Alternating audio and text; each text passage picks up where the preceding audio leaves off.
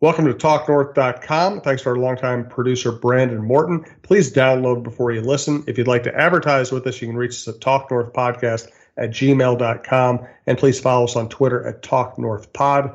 Two promo codes to be aware of. BiteSquad.com. Use the promo code TalkNorth to get your first delivery free. And go to SodaStick.com, the great local apparel company. Use the promo code YouBetcha to get free shipping on any sized order. 5, 4, 3, 2, 1. Double S anytime, man. Turn this thing up. Let's do this. Hey, thanks for having me, Steven. Always passionate, always fiery. You're listening to the Strom Sports Show. Take it away, Steven. Happy Sunday, everybody. Welcome into another edition here of the Strom Sports Show, episode 59, as I am back in New York. As always, big shout out to my producer, Brandon Morton, Matt Augusta. And if you want to advertise with the show, contact Jim Suhan. I took a long look outside my window today. I saw the pollution, I felt the humidity, and I realized very quickly that I am no longer in Punta Cana. My vacation is over. No, Mom, I don't need any more tissues. Speaking of my mother, she was very worried about this trip with all the stuff that's been going on. But I assured her, your son is a responsible human. But honestly, like, if you are thinking about vacationing there, go. Beautiful beaches, crystal clear water, amazing weather. Went with a bunch of my friends, and it was worth every penny. And I also had two realizations going on this vacation. Number one is you better be able to speak some Spanish, because yours truly knows about three words. Hola, lavas los platos, and me gusta el pollo, polo, whatever it is. It's chicken. 70% of the island is speaking Spanish. I met some great people, and I literally had to Google Translate a lot of it because I can't speak a lot of Spanish. I need Rosetta Stone. I need something. And number two, the realization is that I'm officially the biggest sports nerd in the universe. I promised my dad I would take a break from sports, not pay attention, and that lasted about 6 hours because, Paul Fenton got fired. The Twins are in a spiral right now. Anyways, it's time to flip the page. Summer is almost over here. The Twins are in a now heated division race. The Vikings are back. The Gopher football team opens up in 18 days. We've got Andy Greder of the Pioneer Press. He'll join us in just a bit. He'll break down the Gopher football team, their season preview, and Zach Annexstad, the starting quarterback, is officially out for the rest of the season. I think if he could, he may come back for a bowl game, but I don't think it'd really be worth it at that point because you would have your starting quarterback already in for the whole season. We have the 4-word game today. I'm very excited to do that, the NFC North edition, and give you 4 words to describe each team in that division. I'll tell you why. And then we'll talk a little bit about the Vikings preseason. So let's get right into it here. Let's do the NFC North 4-word game edition. Here we go. Let's get some NFL music here. Yes. All right. Man, this music's got to get you fired up. All right, let's begin here. We will begin with we'll go from the top. I'll give the respect to the Chicago Bears, okay? We'll start from the top. For the Chicago Bears, my 4-word description is going to be karma is a Mitch. The Bears had the 4th toughest schedule this year. They have the toughest home schedule in the league. Their opponents have a total of 70.2 total wins, which means the average total win they're going to face this year is about 9 games. So that you would have to assume that's on that tip of playoffs. But I am not sold on the Bears. They were one of the most healthy teams in the league. You can't sustain that in this day and age. I am not a believer in Mitchell Trubisky. I think the Bears, they had to do so much just to win 12 games. I mean, you saw some of the trick plays they did. They had 2 quarterbacks in the backfield at one point versus the Bucs. They're throwing it to linemen against the Rams on the 1-yard line. They're doing a bunch of crazy things, and we know why Matt Nagy had to do this, and he was doing this. It's because he doesn't have any faith in Trubisky. I see it, you see it, the whole league sees it. There is a very good chance that the Bears cannot replicate the defensive success they had last year. And that's just statistically proven. What the year they had last year was incredible. And like I said before, the Bears were very healthy last season. They're going to play a first-place schedule this year. You got to assume that the defense Khalil Mack, they're not going to be as dominant as they were last year. That's pretty much my premise of basically the argument here. I have not been a Bears guy.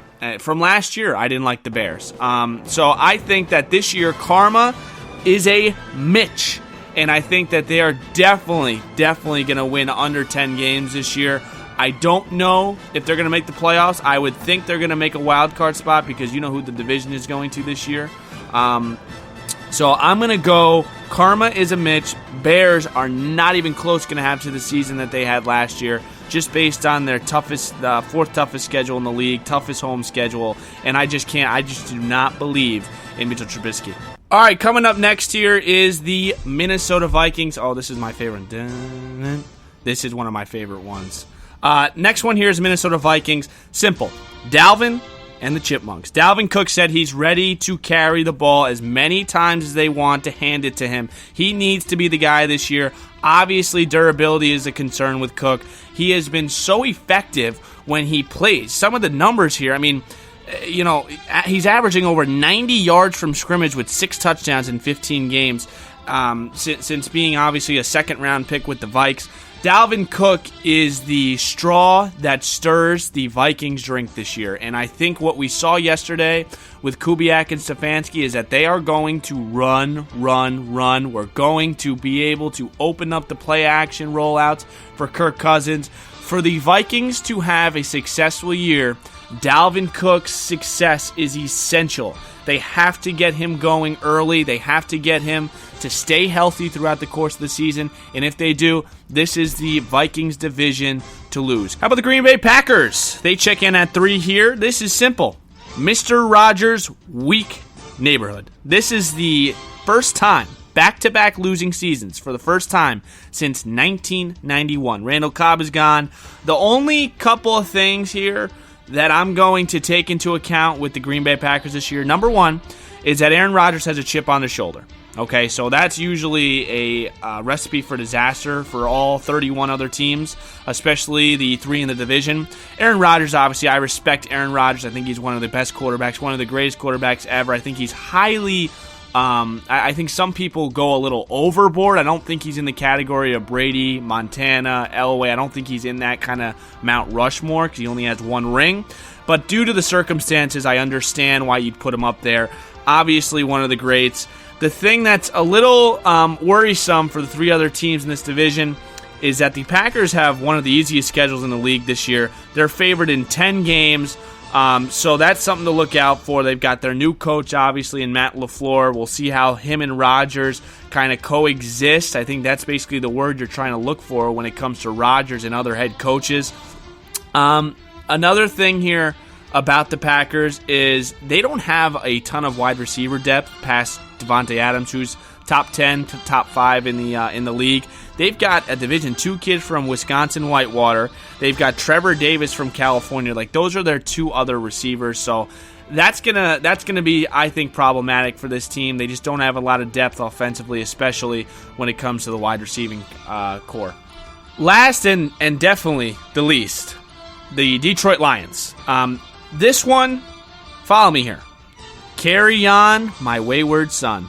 Carry on Johnson. We understand here? Okay, the Detroit Lions are somewhat of a sleeper team for me this year.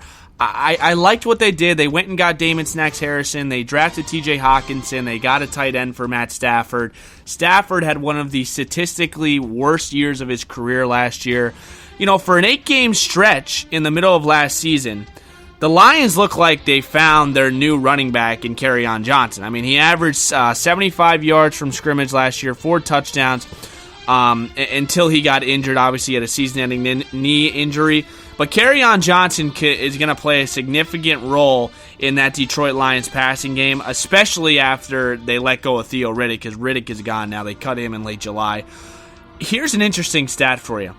Over the last 3 years, the Lions have won 24 games. The Packers have won 23. Isn't that as hard to believe when you think about that?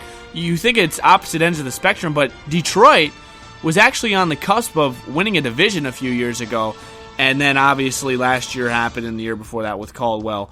But very interesting. They were 6-10 last year, and they were only outscored by 2.3 points per game. So Lions were in a lot of these games. They're just one of those teams, man. Can they get over that hump? What's it going to be for them this year? Kerryon Johnson is going to be the guy if they're going to be successful.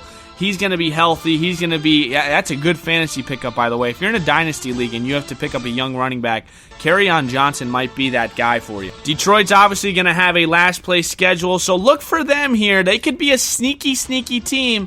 If you like Matt Stafford and you believe in them, maybe that might be a over you take this year. I think they are at 6.5. That is not a lot of wins. Like I said, I actually kind of like the Lions this year, but the North is going to be really tough. I think Detroit actually is a good bet for over 6.5. I think they're going to be a lot more improved. You saw Patricia bring in some other dudes too, with Danny Amendola, some of his guys to run kind of his style of offense. So that is the 4-word division game. I love doing these types of things. So for the Lions, it's Kerryon, my wayward son. Kerryon Johnson's got to have a big year. For the Bears, karma is a Mitch. After a great season last year, I think the Bears are definitely going to have a dip. For the Packers, Mr. Rogers' weak neighborhood. We talked about the depth, just not enough, I think. I think there's a couple of things going for them, but I also think there's a couple things that aren't going for them. And then for the Vikings, it's going to be Dalvin and the Chipmunks. It's going to start with Dalvin Cook. Coming up next here, Andy Greder of the Pioneer Press. He'll break down the Gopher season preview. We'll get into that. And 18 days, man, 18 days until the Gophers open up against South Dakota State. And we're joined by Andy Greder, sports writer for the Pioneer Press. He covers the Gopher football team and also Minnesota United. How's everything today, Andy? Steven Strom here of TalkNorth.com. Thanks for giving me the time. Yeah, thanks for having me on. Good to be here. Yeah, let's get into it. So Gopher football coming up here. Let's begin with what happened to Zach Anstead. Obviously, he's out indefinitely now. Were you at practice when this happened? Do you know exactly what happened here? Just describe the injury that happened here to Zach. Yeah, it was during a closed practice last Friday. I forget the date, maybe the 2nd of August. He was dropping back to pass and felt a pop in his right foot as he was dropping back. I don't know if he was planting and turning to throw or if it was during a drop back or if he was rolling out. I don't know all of the specifics there, but he felt a pop in his right foot and needed to have surgery here on Wednesday. And, that starts a timeline that is probably going to be somewhere around 18 weeks. Which will put him out until bowl prep, from what I've heard. Pretty much a season-ending type injury for a guy who was going into fall camp as maybe 1A of the options to Tanner Morgan's 1B. Huge news out of Gopher camp as they started things. I think it was the 3rd practice, and Zach, according to PJ, had the best of the 2 practices between him and Tanner Morgan in day 1, and Tanner Morgan, I think, was the best in day 2. So it was neck and neck, like we were expecting it to be. And I thought, just based on the history, that it was going to go a couple of weeks, maybe until next week, the week of the 16th or so, when they had their next open practice, when we would hear the news of who the starting quarterback was, but. It's Tanner Morgan now, and it looks like he's going to take the reins of this offense like he did for the second half of what was a strong finish in 2018. Yeah, I think first of all, it is just a shame that happened to Zach. I mean, that to have a summer and to build up and for this to happen so close to the season, it just has to be brutal here. I was going to ask you, is this Tanner Morgan's job to lose at this point? I think you pretty much answered that. What do you think this offense is going to look like this year with Tanner behind center? Yeah, going into the camp, I was thinking, just given how much the Gophers have as their bread and butter, run pass option, read option type plays with the running back, with a pass off of that, I thought that, what they lacked last year is quarterbacks keeping defenses honest and keeping the ball when they have that read option. I think the read was there to keep it last year, and they gave it more than I thought was fitting based on the look the defense were giving them. So I thought that was going to be a thing that was going to be important for this Gophers offense going forward. Now the fact that Tanner Morgan is the only experienced